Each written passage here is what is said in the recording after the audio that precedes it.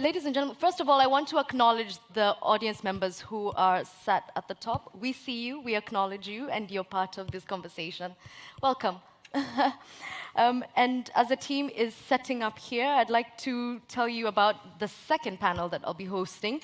Who's got the power in the media landscape? Part 2. I'd like to invite the panelists.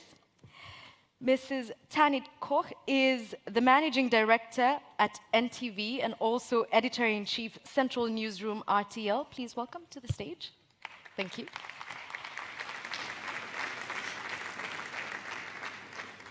We've also got, please sit there. We've also got Natalie Malinaric. She is the BBC editor for mobile and news formats. Please welcome. And last but not least, we've got Joseph Hunda, who is the president and CEO of Econet Media Group. Thank you. Yeah.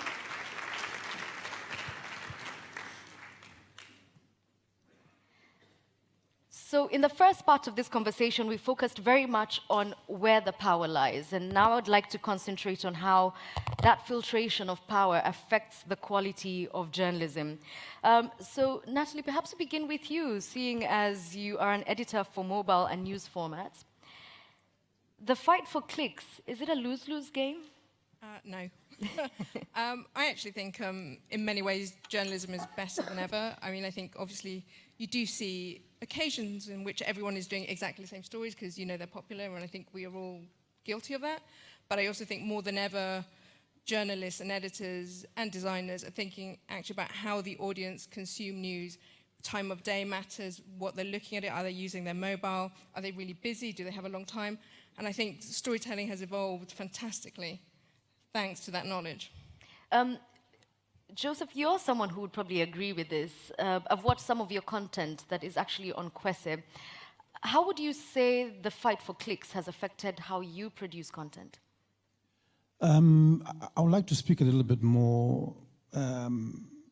My comments will be related to the African continent per se, and my views on that. And I think, you know, one of my fears for the continent is that we're really getting left behind. Because, you know, as some of my colleagues here would agree with me, there's very little measurement of audiences on the continent, on traditional linear television. And that makes it very difficult for us to plan and create content that's relevant for the audiences. So, you know, the advent of the digital media will hopefully help us with some of that, because right now we don't really, I think except maybe in South Africa and maybe in Kenya a little bit, there's quite a bit of measurement, and that really helps us to, you know, to develop the right kind of content. For everyone else in every other country, that's not really in existence. And what makes it worse is that the media world is quite highly fragmented, with lots of TV stations and lots of radio stations. Some small markets like Uganda have got something like 100 TV stations, which is just too many for the markets. So, you know, so I'm hoping that the advent of digital, you know, digital media and measurement coming out of that would help us to develop content better, and will also guide the kind of content we will create. Is it not already affecting how you create content? It's not so much, I don't think, because unfortunately, I think, you know, while the internet is growing at an extremely fast pace, the penetration levels are still very low, relatively speaking. When we look at the overall population, I know a lot of, you know, there's this talk of, you know, almost 80% of the population is still young, and therefore that's the digital age. Those are the digital consumers. But Africa is still very much a very poor continent, and not everybody has access to the ability to buy data. So I don't think that until the internet has, and digital media has touched every single person or a large chunk of the population, I don't think that it will really have an impact. Do you agree with this, Natalie? I mean, you're creating content specifically for the digital space. Yeah, we are, and we do actually think as part of it, so internationally we do think about consumers in different parts of the world who might not have access to the same amounts of data, or where data is very expensive. You know, I think the information you get back is just incredible, and it does allow you to do really interesting things, but also technology enables a lot. So, for example, BBC Global News has a thing called Africa Eye, which is available on different platforms, and they do a lot of forensic investigation, that would not be possible without digital media, and you would not be able to show the things you show without digital media. And so it goes from very elaborate videos to actually a Twitter stream that explains the whole story, and that wasn't possible a few years ago. And coming to you working at NTV, how does this compare to what's happening in the digital space? Well, NTV is digital, as is RTL, where I'm working for as well. So first of all, I'm very impressed to be here because I'm from Bonn originally. Thank you for having us. Well, no, thank you for having me here, because this used, as you're all probably aware of, this used to be Parliament, and this behind us was sort of nicknamed the Fat Chick, which is actually a bold but rather round eagle. And back then, when Bonn was still capital, there was a little kiosk just outside this building where newspapers were sold. And this was sort of the magnet of information, because both politicians and journalists met there and exchanged information. It was a very sort of a tiny little hut, basically, where you still bought newspapers and people talked. And I think it's a massive improvement, actually, to be now able to bring this conversation of journalists and politicians to a much, much wider sphere, because we ourselves as journalists have to be held a lot more accountable for what we do. How do we report facts? Because our audience is out there and can actually reach us, which is a fact that has just, well, not been realized by everyone, as you can tell by the latest events in Germany, where a guy on YouTube, Rizzo, with very blue hair, just caused a massive, well, media problem for the CDU. He has 11 million views so far, with a 55-minute clip, and the largest party in Germany was utterly unable to find a fun or somehow valid response for that online. So, asking how well, who has the power in the media landscape? Well, obviously it's not sort of the old players. On the other hand, I'm not sort of pessimistic, because overall that whole thing, social media in historical contexts, is about 5 minutes old, and I think there'll be a lot of sort of adapting and a lot of learning still going on. I very much agree with you that there is a massive upside also in digital news, which we ourselves see for NTV, for RTL, because in former times we sometimes had to guess what the audience is all about. So if you look at Jeff Bezos from Amazon, he didn't become so powerful and successful by concentrating on what he already knew, but he became powerful and successful because of what he calls customer obsession. And as media, we, I think, should be obsessed by our customers. But the vast difference between journalism, I think, and call it platforms such as Google, YouTube, Facebook, is that we don't just cater to what people want to know and what people want to read or watch. We also cater to what people should know and should read and should watch. And I would actually wish for platforms such as Facebook. Jesper Daub, I've seen as, I'm not sure whether he's still somewhere in the room, he's not sitting where he used to sit. If Facebook could do a lot more, and YouTube as well, not to help us gain a profitable business model, that's a thing we have to do ourselves, and we will be able to do ourselves, but to not sort of get in the way of us wanting to inform people about things they should know, and not just catering to what people want to know. By the way, we had invited Google to this panel. Unfortunately, they weren't able to send their representative, but they will have a partner session at 2:30 later today. But going back to what you're saying, just turning the question back to you, who should be responsible for the content that's generated? Is it journalists or is it the viewers? Well, both. I mean, you can already see that journalist isn't a term that is sort of protected by intellectual property rights. Everyone can call himself a journalist. The question is, do you have the funds and do you have the ethics to do what our profession demands you to do? And of course, traditional independent media are sort of sometimes less flexible, and we definitely need to change that. We need to be sort of fast-paced. The other thing is, and it's often criticized, and I regularly hear it, that sort of journalism has turned bad because of online, because everybody is so fast nowadays and nobody takes the time to check facts. And I think that's, although there's a lot of there are a lot of mistakes and a lot of maybe sloppy journalism around, all in all, there's nothing wrong with getting news to people fast, as long as they're correct. And we certainly have to look after them being correct. And that's something that I think professional media organizations can and will do better than sort of non-professionals. On the other hand, if you look at sites like Bellingcat, who helped expose the Russian agents who were responsible for the Skripal poisoning, or the nerve gas attack, that's not a professional media organization, and it's well taken. They're working, or the guy running it is working really, really well, and professional media organizations are picking up the content he's producing and the facts he's been checking, and it's been to a greater good. So, Joseph, do you think then that there should be regulation for non-professionals, seeing as they obviously have a big impact in the space? I think regulation will tend to be guided by behavior, and my biggest fear has always been that some sort of disaster will occur as a result of fake news that makes the world kind of relook amateur journalism per se, and probably put very heavy penalties for spreading things like fake news. But again, as the previous panelists said, I think a lot of it has to be backed by our ability to be able to access where the source of the news came from. And I think that is the biggest weakness. And I think something is going to happen that's going to lead the world in this direction. I hope not. Because, well, I hope not too, but I just don't know how else, change occurs in some of these industries. It's something has to occur for people to kind of lift up and say, but how did this start? And how did we not control this? Why did we not control this? And this is now a disaster. So for me, I think I don't like regulation.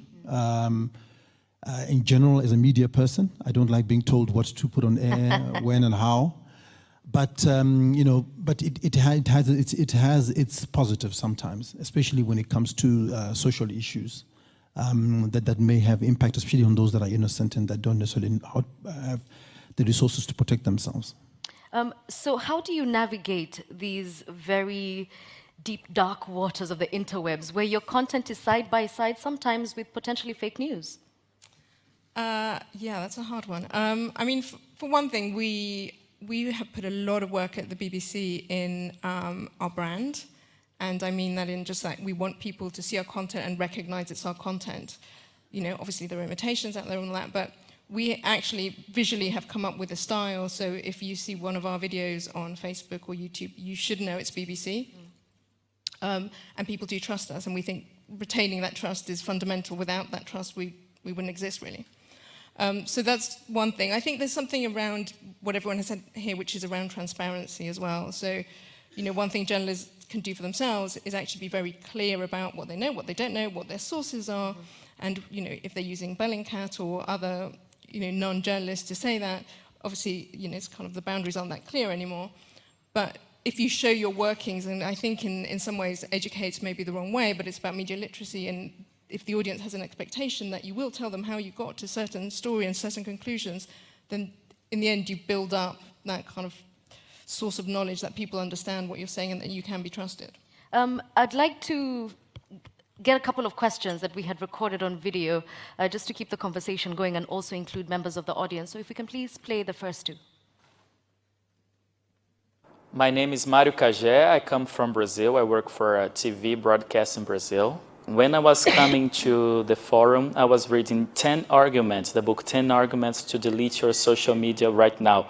And it makes very clear how social media can affect us negatively. So I would like to know what measures we as journalists should take thinking about our social responsibility in social media. My name is Agnes John Tomasi. I come from Dakar, Senegal, where I work with the West Africa Democracy Radio. My question in relation to this is to look at the capacity issue. Who owns media? Who can own media? Is it only those who have all the required resources, or should other people at other levels own media? So let's begin with you and that last question from Dakar. Who owns media? I think what is media? I think any platform that has content on it is a media platform. So if I'm a blogger and I am posting videos or articles or just simple text, giving commentary on a particular sector, then I have a media business. And I can, for as long as I can attract audiences to that platform, and I can derive revenue from that platform in some shape, form, or way, then I'm a media business. So I think media has become so diverse now. It is no longer what it used to be. And I think we just have to embrace that. There's a lot more competition. As a media entrepreneur, one of the things that I recognize is that my competition is not necessarily always the next TV station. It could be a social media platform. It could be gaming. So, a kid who's playing games is not watching TV, not watching my content, is playing games. Yeah. So that's competition. So anything that takes up someone else's time becomes competition to traditional media platform. And I want to come to you, Ms. Koch. The question from Brazil: what measures should we as journalists take when thinking about our social responsibility in social media, especially given that Joseph here has said it is part of media? Well, I'm not sure whether I would exclude journalists from the general discussion in society. I think we should all, and I think a lot of people actually do sort of check our behavior on social altogether. On the other hand, we always talk about sort of the people misbehaving on social media and everything that's going wrong on social media. I personally have made a lot of brilliant experiences on social media, sort of meeting friends again, getting information to me in a much, much faster way. I think there's a general tendency to look at those who are sort of overly aggressive, but the vast majority of people using social media aren't. So they're not propagating hate speech. They're not sharing disinformation or propaganda. I think the vast majority is using social media as a means to inform themselves and to interconnect. So sometimes I think we should sort of shift our focus a little from all the things that are going wrong, which is a normal journalistic thing to do, and also address those who are sort of a bit more passive and a bit more quiet. How do we do that? How do we bring their voices to the fore? Well, by not constantly sort of being triggered by the latest storm on Twitter, because Twitter in itself is a medium that sometimes only gets sort of mass attention once mass media jump on it, and the storm on Twitter will have already blown over, in some cases at least, once it reaches traditional media or independent media. So taking the YouTuber I just mentioned, Rizzo, with his 11 million views. Of course, traditional media should focus on what he said, why so many people are sort of interested and attracted to what he's been saying. It was just published before the European elections. So, of course, regarding the CEU, he called for basically to destroy the CDU, the main German party. This had a massive impact. On the other hand, there are millions and millions and millions of Germans who are not living in urban surroundings. Like 70% of the people here in this country don't live in large cities like Berlin or Hamburg, whereas most journalists do. So of course our own user behavior is triggered by our experiences, and those differ a lot, I think, from experience people make in less urban parts of the country. And I think this goes both for the US. I'm not sure about your countries, but I think as journalists we should sort of, in the terms of customer obsession, not always look at what we care for and what's the latest stuff to talk about in the center of Berlin, but what our viewers, our audience, our users actually talk about, what's important for them, their concerns, their troubles. And they sometimes match with what we see on social media, but quite often they don't match at all. I'd like to take a question from Bayan Tal. Where are you, Bayan? Yeah, from Jordan.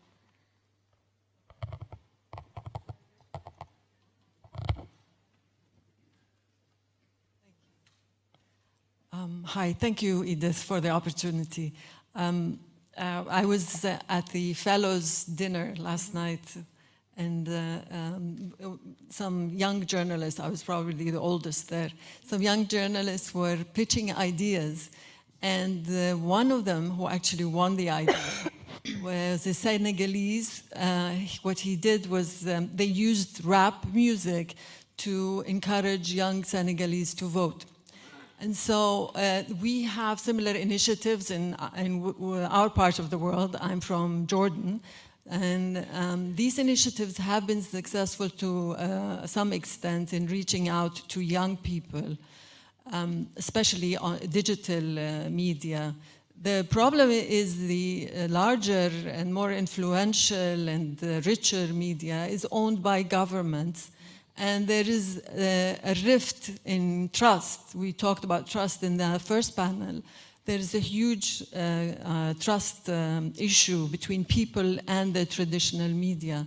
At the Jordan Media Institute, which is a non-profit organization where I come from, we are leading a media literacy, a national media literacy program for Jordan to help young people access and analyze and produce media, because social media has been overtaken by terrorist organizations. They're very active online, contrary to the traditional media.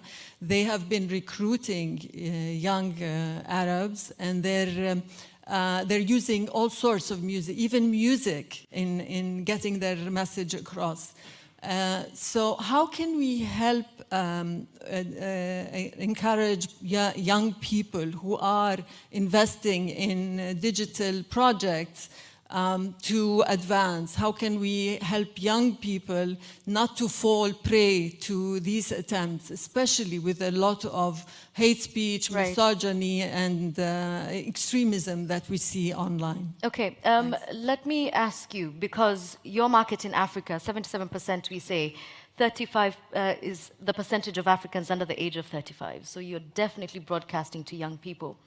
The question being, how do you, as a person who has a power in media, put the best interest of the youth forward? Should that even be a question? No, I mean, it shouldn't be. I mean, it's part of the responsibility that we have to send positive messages to the youth. I mean, I do agree that, you know, a lot of youth feel very disenfranchised by government, and they don't feel like they belong. In fact, yesterday at the leaders' dinner, we were talking about how a lot of youth, the way they protest now is simply by not voting. I think this is probably the reason why the rap music became a relevant way to try and encourage young people to vote. And you know, it's quite interesting, the youth of today, because, you know, one of the controversial things I said yesterday is I just feel that the youth also these days are just not as courageous as our forefathers. You know, if I look at some of, like, my former president Mugabe, you know, when he you know, led the liberation struggle back in the 50s and 60s, he was probably in his 30s, right? And probably the same with the Kwame Nkrumah, how young these people were. Thomas Sankara was young, you know, and I think our youth today seem to kind of stand back and want to be fed things, and so, you know, and because they don't necessarily go out to seek. But if that's the position, how do we in the media get them to care? You know, I think we've just need to make them realize that while they make up the majority, that, you know, if they don't do something about their own society, then, you know, society is going to peril. I mean, the countries are going to continue to deteriorate. That they need to be active in the decision-making process for the countries in which they belong. Because by sitting back and by not voting, you're doing the exact opposite. Because tomorrow you'll be complaining about how things have gone backwards and things are not working for you, et cetera, and which causes a lot of unemployment. The unemployment rates in Africa are just, you know, preposterous. 25%, 30% in large markets like South Africa, 50% in Nigeria. I mean, but so the youth they've got to understand that they can have an impact on who leads them. From Liberia, we have Patrice Jua. I hope I'm saying your name right, Miss Jua. Please keep your question brief, if you don't mind. Good afternoon, everyone. Thank you for the opportunity. In my country, Liberia, we had presidential elections in 2017, where we saw a lot of changes in the power base in the media, the power balance. The traditional media used to have all the control over the stories, but that has shifted tremendously to the social sphere in Liberia. And we saw all of the issues that are being discussed here at play, including fake news, propaganda, and the disruption of values. It may be a very small country, but as a Liberian, I think I know the direction the power is shifting in. The question is, do the panelists? And if this shift continues, what could be the impact of the media overall in the next 5 years? Great question. Natalie, do you want to take that?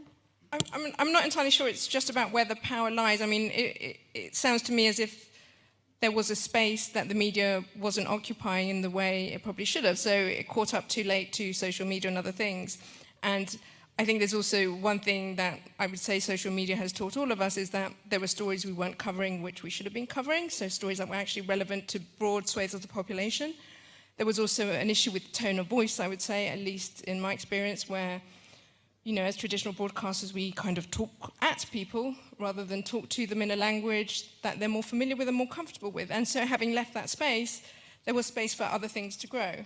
So I think it's, rather than about power, it's about trying to recover that and understanding what you need to do as a media company to go into those spaces and be able to talk to the whole population, not just to your traditional audiences from years ago. And I'd like to take one last question from our audience. From Zia Hassan from Bangladesh. Is he in the audience? Mr. Hassan? Okay. Mr. Hassan is not in the room, but he asked how we can keep our legitimacy and integrity intact when all the time we're trying to negotiate a way between the two, I suppose, legitimacy and integrity. I don't quite follow the question because okay, I don't I'll read it from the top. Independent journalists and bloggers. I understood what you said, but I think you don't have to negotiate a way through legitimacy and integrity. I think you can do with both. And I think many people in the room prove that every day and will continue to do so.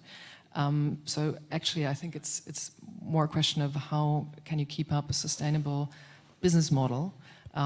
As nasty as that sounds to a lot of journalists who don't consider themselves as business people, but that is, I think, one of the most important questions of these times, especially when it comes to local journalism, which I think is sort of, it's not suffering greatly, but it'll be difficult, to create a sustainable local business model digitally. Okay, just for the audience, this is obviously a very audience-driven panel, so please have your questions in handy, but I'd like us to check out two other questions that we had on video. Hello friends, my name is Kapila Rasnayaka. I'm from Sri Lanka. So my question is, what is the responsibility of the government to make better media policies for the social media sector as well as conventional media sector? My name is Leah Yamin. I'm from Lebanon. So when I first heard about this panel, the first thing I thought about was funding streams and who sponsors and funds the global media and hence has the power. But to put it more in the context of the tyranny of algorithms, whether that's Facebook or Google and SEO, which is also led by profit very much, how can small independent publishers counter that and work around that without rendering themselves completely invisible? Okay, let's take the last question from Lebanon. Joseph, I'm interested to know from you, how can small independent publishers counter the big funders and work around that without being invisible? That's very difficult. Mm-hmm. I think, look, this scourge of the small man is always going to be a problem, no matter what industry you're in, right? If you don't have access to the large amount of funding that a lot of these Silicon Valley entities have, it's always going to be very difficult to compete. But my sense from an African standpoint is about relevance and about customizing your content and personalizing as much as possible to your audiences. So, as much as, Africa's large, it's got, so many countries in it. I don't think a librarian wants to necessarily know the details of what's happening in Ghana. To a large extent, I think big stories may be relevant. But, I think what the big conglomerates can never really do is to cover local stories to the depth at which a local entity could. So, so I think there is a gap and a space for within each country, from an African standpoint anyway, that they can go more in depth into the news that is relevant for that particular market. And they don't have to worry about the big conglomerates who are worried about big news, the big international news. per se. So I think for me that's I mean, even from a just general entertainment perspective, you can compete with Netflix, for example, on general entertainment if you're creating content that is really going to work in your particular market. And what we're seeing in Africa is that local content is always going to be king. People want to see themselves, they want to hear their own voices, they want to hear their own languages. And I don't think that Netflix will be able to always reach that level of granularity in terms of personalizing and customizing content. And for these independent creators, does this model that you're describing, is it scalable? It's very difficult to scale, but the secret to it is do what Nollywood did, is make content for as cheap as possible. Bad content? No, well, bad for who? Because the one thing that we, and I was at the forefront of that at Mnet, was creating Africa Magic, for example. And when the first idea came about, right, and Africa Magic is a channel that started off Nollywood and Nigerian movies on television, on mainstream television, well, in pay television, put it that way, is that, traditional content critics within our own company would criticize the content and say, oh, look, the lighting is poor, the sound is bad, the acting is over the top, there's bad editing. But it became the most popular channel on the platform, on the equivalence of Sky, it's called DSTV, within 5 years. Why? Because the stories were relevant, to African culture. So it was about, some of it was funny, it's about witchcraft and, those kinds of things, love in the jungles. And so, so from that standpoint, if your content is relevant and you can make it cheaply, I think content matters to a certain extent, but I think the story matters more. Okay. Natalie, should Theresa May's government, at least until May, be responsible for making better media policies for social media as well as conventional media? Okay, I'm not an expert in this area by any stretch of the imagination. I mean, I think all governments in Europe particularly are trying to tackle this issue, both in the UK and elsewhere, and it's obviously necessary. I don't know what the answer is, but there are serious efforts at regulation. Okay. If I can jump in there, I think it's always rather difficult to talk about regulation in terms of social media and sort of independent media because it's two completely different things. We've seen regulation in Germany lately. The difficulty always is that once a democratic state starts to regulate, then a less democratic state or even undemocratic states pick up that same legislation and say, look, Germany set the example, as President Putin did in that case, and let's introduce the same laws, just use them for our own market or our own country. So the possibility of abuse is quite obvious when it comes to regulation. And I'm sorry for this very Eurocentric view, which is often shared in any discussion on social media regulation or media regulation. We just don't look at other continents nearly as much as we should. But in regard to Germany, it's just astonishing to me coming from a publishing house where I used to work, where you didn't have zero regulation. You had the courts and you had sort of youth regulation, sort of not sort of publishing content damaging to young people, and sort of social responsibility and sort of press council that we ourselves set up. Now moving to television and digital, I do realize that the level of regulation when it comes to private media operators in television in Germany is just astonishingly high. And obviously, I think the buzzword is level playing field. There is no such thing as sort of meeting eye to eye with tech giants who are utterly unregulated. So I'm not calling for more regulation, I'm actually calling for giving independent media a better chance to perform through less regulation. Just to put it more precisely, to run a news channel like NTV as managing director, I need, I have a sort of a governing body, which is a state governing body, which doesn't exist for newspapers, for instance, doesn't exist for Facebook either. I need a license. I need to pay 250 euros to get that license. Why ever 250 and not 2,500 or 25 is unknown to me. And I need a certificate of a clean police record. So the Prime Minister of this Bundesland, Nordrhein-Westfalen, doesn't need a clean police record to govern over the largest part of the population in Germany, which I think is absolutely okay. But I do wonder, why do I need all these why do I need to fulfill all these regulatory standards when somebody who wants to create a professional disinformation channel on YouTube only needs a phone, a YouTube ID and a functioning network? And that's the stuff we're talking about in Europe, that there's, especially in Germany, there's for historical reasons well known and sure, which in the year 2019 just don't seem to work anymore, and definitely don't work anymore. We see ourselves faced with competition from a non-independent, non-journalistic side that we have sometimes struggled to compete with because the conditions are so very different. Right. I want to take some, yeah, there's a lady at the back and the two gentlemen at the front.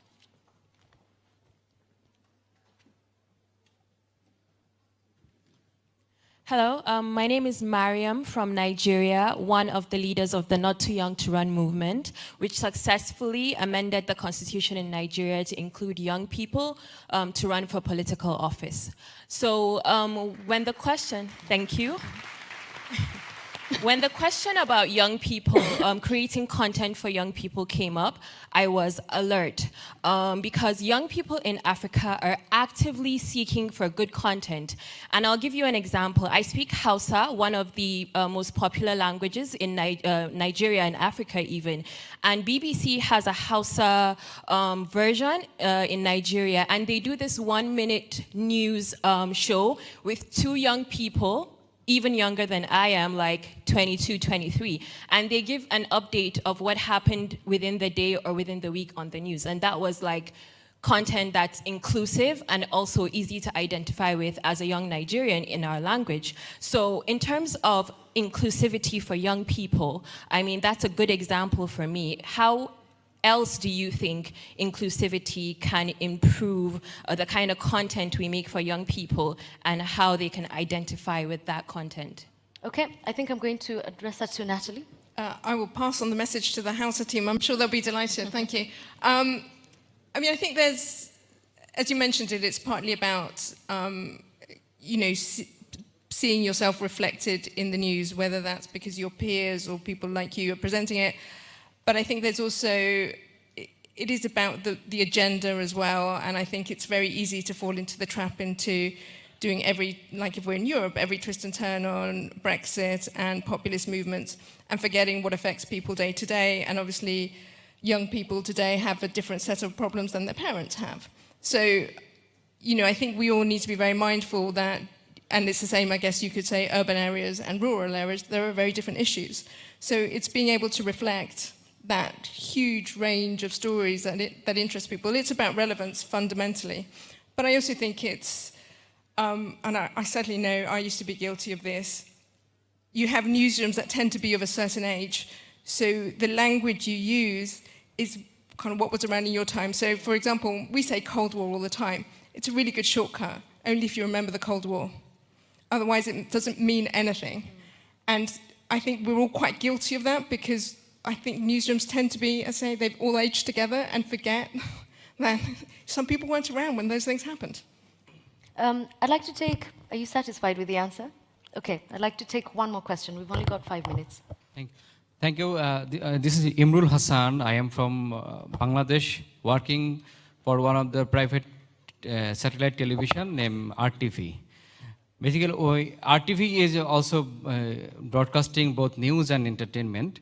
And nowadays, we are just also turning into social media. In Bangladesh, we are one of the popular television, and we have more than 10 million followers through Facebook. But my question is that if the traditional media is now going into the digital media, this is the time demand. But what else? If all the traditional media will turn into the digital media, we'll have to prove ourselves keep our existence into the digital platform? Just help me with the last question. We turn to digital and... we have to, should we shift it into digital platform to keep our existence into the society? Oh, yes. So DW should forget about broadcasting, linear TV. Well, I think there's a negativity around traditional media that does not help, because we can still see millions and millions and millions of people all over the world are still watching television and will continue to do so, I think, for a very, very long time. Meanwhile, digital isn't just the future, it's already the present. So, of course, journalists as we are, we have to be flexible. We always ask other people like politicians and governments and people in businesses to be flexible and modern and be able to sort of reform themselves and set themselves up. So I think as journalists we ourselves should be a little more flexible when it comes to change management and to transformation, because that transformation just won't change. In digital, I think the most important thing is to keep your head up towards not giving in to everything a tech giant of sorts, we don't know what the future will there bring to us, demands, because we have our own values, we have our own standards, we know our audience very well, and I think we're not in a position to sort of constantly cater to others, but because and I'm sure you're doing the same thing in Bangladesh. We have our own standards. We've set up verification teams. We've had hackathons to introduce sort of the best way to create media literacy and set up a sort of a gamification tool. So we're doing all we need in order of sort of corporate social responsibility as so-called traditional media to be out there and to help our societies thrive. So we should definitely keep the distance towards the tech giants which offer the platforms, because they sometimes, I feel, don't have the same need or don't see the same need for their social responsibility. So we should always act as a reminder what they should do, meanwhile doing our best to sort of keep journalism going and get the best stories out there. Yeah. As Mr. Lania said, these tech giants don't know how to care. Unfortunately, that's all the time we have. I know there's still a couple of questions. Please direct them to our social media, hashtag DW_GMF. Yes, it's on the posters all around you. Thank you very much to my panelists. And we will, yes, thank you.